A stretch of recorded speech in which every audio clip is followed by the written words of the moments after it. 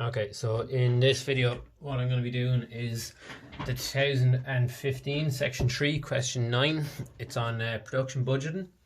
The reason I kind of went back this far is just to kind of show you how far back you can go if you're doing revision of the accounting papers, and this one isn't in the set of papers you have yourself, so you know, to kind of just avoid clashing and kind of give you more to revise on. So what we have here, you should be able to see that. Yep, is 2005 budgeting. Spencer Limited has recently completed its annual sales forecast for December 2006. It expects to sell two products, silver at €140 and gold at 170.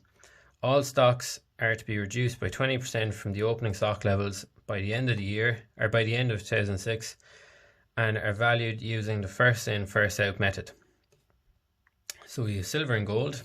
We are told the expected sales units. We're told the finished goods at the first of the first, so that's our opening stock. For silver and gold, we're told them in units and the price.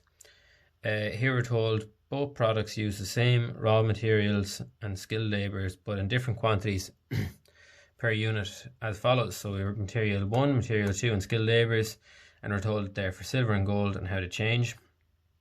We're told our stocks of raw materials on the 1st of the 1st 2006 for material 1 and material 2 and the cost prices.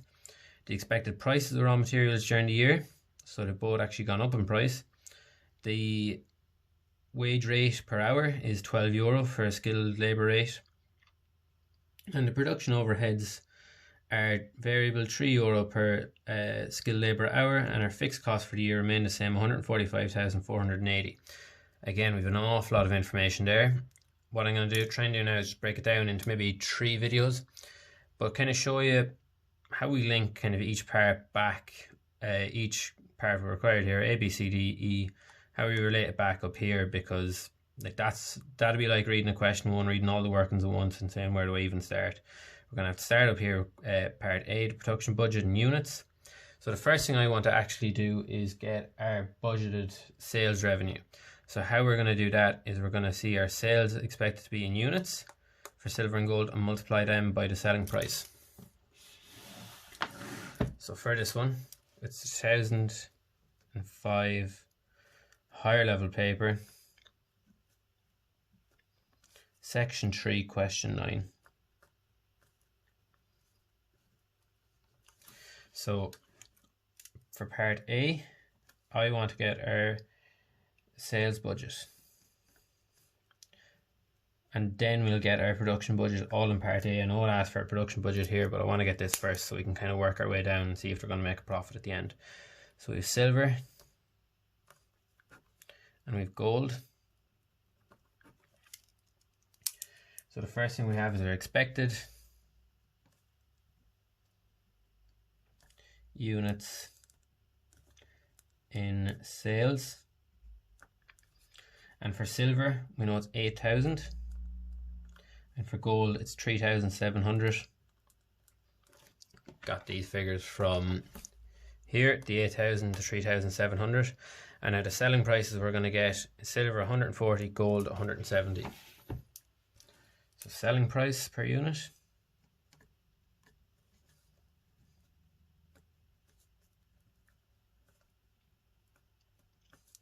Silver, we said was 140. Gold, we said was 170. And that will give us, so 8,000 times 140 gives us €1,120,000. And then for gold, it's 3,700 by 170, 629,000.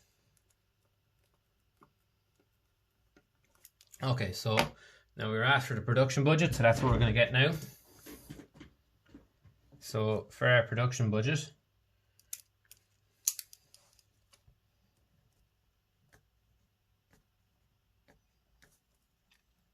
we want to work out how many units we're going to have to produce this year. So we have silver and gold.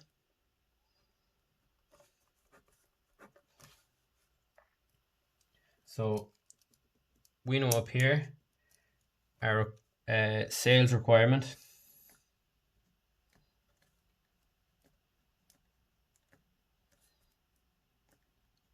To meet our sales, we need to produce 8,000 units of silver and 3,700 units of gold.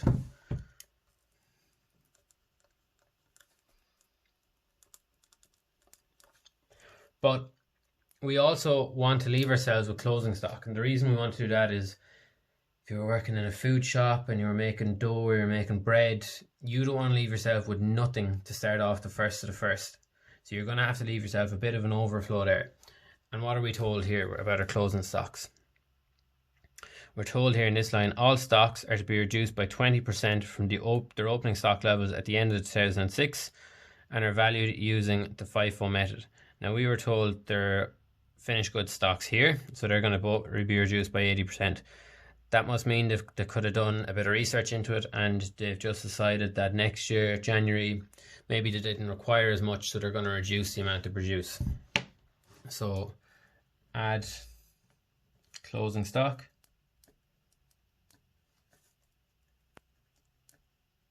So 80% of opening. So for silver, we know our opening stock was 500 units. So 80%, so 500 divided by 100 multiplied by 80 gives us 400 units. And for gold, we know our opening stock was 400 units, so 400 units divided by 100 multiplied by 80 gives us 320 units. Add the two of them together, so we get 8,400.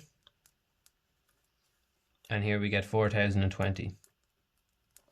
Now we also need to take away our opening stock. The reason we're taking away our opening stock is because that reduces the amount of products and units we're going to have to produce, because we were lucky enough to bring stuff into the year. So obviously we were trading last year and we get to take that away now.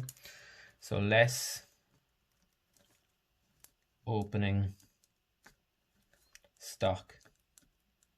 We're told these figures, just point them out again, 500 units and 400 units. We're only working in units for now, as we were asked here. Production budget in units, don't need to worry about the 120 euro to 140 euro. Take that away, so 500 and 400, and that will give us a budget production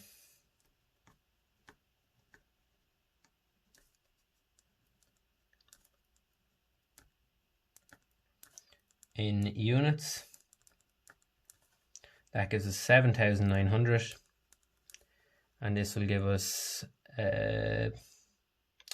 trying to do the maths, 3,620. Okay, so I'll keep going. There's 8 minutes gone in this video. Actually, no, I won't. I'll stop this and then I'll do the raw materials and the production budget in the next part. So that'll be part B and C, and in the third video I'll do D and E.